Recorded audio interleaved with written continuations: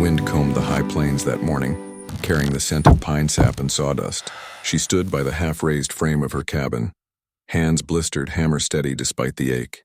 Each log she lifted was a defiance against loneliness, a promise to no one but herself.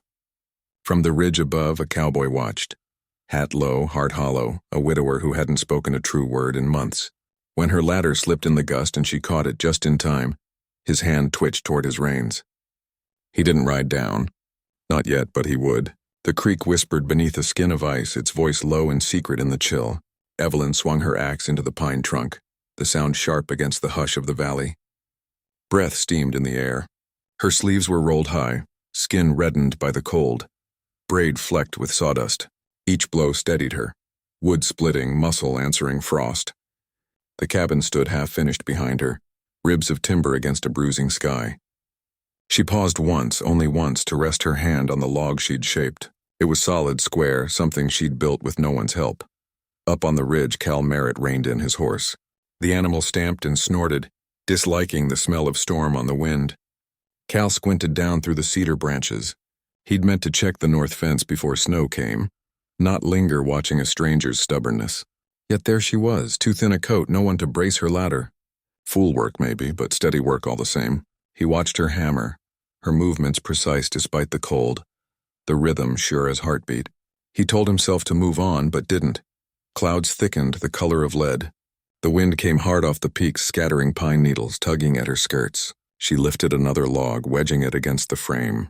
Her ladder wobbled once, steadied under the weight of her boot. She didn't glance toward the ridge, didn't ask for help. That somehow made him curse under his breath. He turned his horse at last, cloak snapping in the gust. Behind him the hammering went on, steady, defiant, the sound of one soul fighting the season. As he rode away, a single snowflake caught in his beard. Down below, another drifted onto her sleeve. She brushed it away and drove the final nail home, the echo carrying up the slope like a promise. The storm had rolled in before dawn, fast as a hand pulling a curtain. Evelyn woke to the groan of timber above her head, the roof bending beneath wet snow. She threw on her cloak, boots half-laced, and stumbled into the blinding white. The wind slapped her cheeks raw. Snow stung her eyes as she climbed onto the bench and reached for the shovel. Each breath a burst of frost. She scraped and shoved, but the snow kept coming, heavy as sand. The ridge beam moaned again, a warning deep as a groan from the earth. Through the whiteout came the sound of hooves, a dark shape, then a horse's breath clouding like smoke. Merritt reined in near the half-built porch, coat rimed with ice, his hat brim heavy with snow. "You'll lose that ridge beam," he shouted over the wind, voice rasped and sure. Evelyn didn't answer. Pride had kept her through worse than storms. She jabbed the shovel again, trembling with cold. The beam creaked once more, sharper this time, and her defiance cracked with it. She stepped back. He swung down without waiting for consent. Snow whipped around them as he caught up a fence post from her lumber pile, wedged it under the sagging crosspiece, and heaved upward. The muscles in his shoulders flexed beneath his coat. The beam steadied with a groan and settled. Snow slid off in sheets, thudding to the ground. He leaned on the post until the cabin stopped shuddering. For a long moment, only the wind spoke between them. Evelyn's breath came in hard bursts. She brushed wet hair from her face, lips trembling not from fear. "Thank you," she said softly, the words half stolen by the gale. Cal nodded once, eyes unreadable. He turned away, pulled his reins free from the post, and mounted. As he rode into the storm, she saw something dark fall from his saddle, a pair of gloves, thick and worn. They landed at her threshold, dusted white before she could move. When she reached for them, the wind had already covered his tracks. The church bell was still echoing through the valley when Evelyn guided her wagon into town. Its tone carried over the rooftops, slow and solemn, a sound that reminded her of sermons and silences she'd left behind. She tied her horse outside the general store, brushed the dust from her cloak, and stepped inside. The warmth of the stove hit her first, then the stillness. Conversation dropped away, the air thick with the scent of tobacco and lamp oil. Men at the counter turned, hats in hand. Women at the shelves whispered low. She moved straight to the sacks of flour and nails, her boots clicking against the plank floor. The storekeeper cleared his throat but didn't meet her eye. Coins clinked on the counter, precise, deliberate. "A woman alone makes folks uneasy," came a voice from behind. Mrs. Hollis, lace collar, sharp smile, the preacher's sister who never let a silence go to waste. Her words drifted through the room like smoke, and nobody dared wave it off. Evelyn kept her face calm, eyes down, pulse steady as she lifted the sacks one by one. Outside, Cal Merritt leaned on the post office railing, arms crossed. He'd come for mail, but the sound of Mrs. Hollis's voice turned him to stone. His jaw worked beneath his beard, old memories pressing at the edges. His wife's name whispered the same way, once, before fever took her. He didn't go in, didn't defend. Couldn't. Some debts were still unpaid. Evelyn emerged moments later, sunlight flashing off the window behind her. She carried her bundle to the wagon, breath hard and shallow. Cal pushed off the post, walked over, and without a word lifted the heavier sacks into place. She didn't thank him, didn't stop him either. When he stepped back, she gathered the reins, knuckles white against the leather. The clouds broke as she rode out, sky so clear it hurt to look at. Snow still lingered on the mountains, blue in the distance. Behind her, in the glass of the store window, Mrs. Hollis's reflection watched her go, lips pressed thin as thread. The morning broke clean and cold, sun flashing against the wet edge of her roof. Evelyn stood on the ladder, Cal's gloves swallowing her hands. The leather was rough, shaped by another's work, still faintly warm from memory. Each time she pressed a nail through the tarred plank, she felt steadier. The rhythm eased something that had knotted in her chest since the blizzard, the ache of needing and hating to need. She sealed the gaps he'd noticed, spread pitch with the edge of her trowel, watched it glisten like black glass. Her breath rose in plumes that caught the light and vanished. Miles away, Cal set to his own repairs. A fence rail had snapped under drifting snow.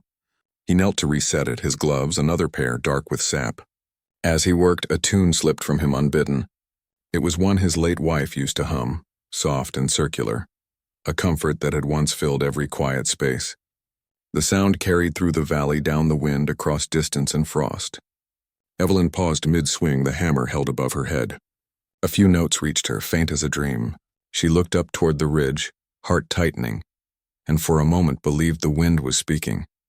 By dusk, her roof no longer leaked, and the air smelled of pine and pitch. She was packing her tools when a sudden snort startled her. A horse stood by the corral, wild-eyed, coat mottled with frost. Cal's brand glinted faintly beneath the mane. She stepped closer, slow as prayer, hand outstretched. The mare sniffed her palm, breath warm and sweet with hay. Evelyn smiled, the first true one in days. "You came from him, didn't you?" she murmured. The animal's ears flicked as if answering. She loosed the latch, letting it roam the pen, free but safe within her fence. The sun slid behind the peaks and wind curled soft around the cabin's edges. Somewhere far off, Cal was walking his land, looking west. Neither could see the other.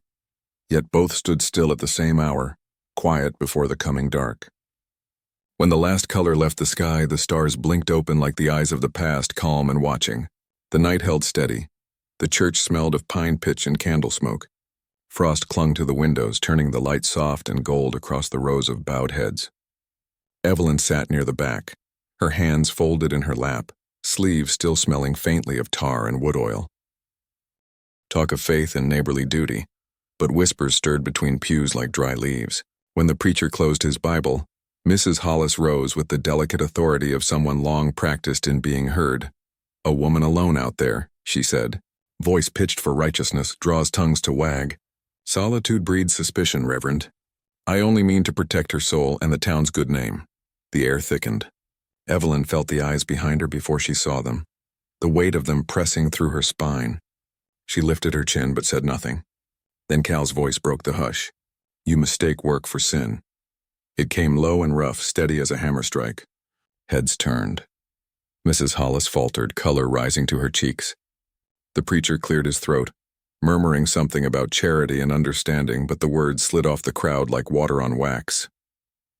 When the hymn began, Evelyn was already standing. The bench creaked as she stepped into the aisle, her face calm, her neck rigid. Cal rose too, but didn't reach for her. Outside, the wind met her like a cold slap.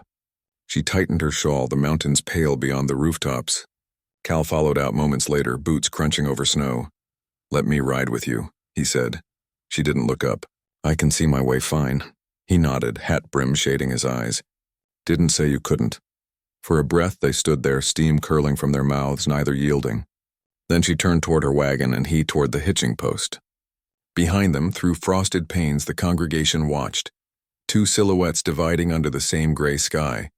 The thaw came sudden, like the land exhaling after months of holding its breath. Snowmelt spilled down from the ridges, turning the creek beside Evelyn's cabin into a wild brown torrent.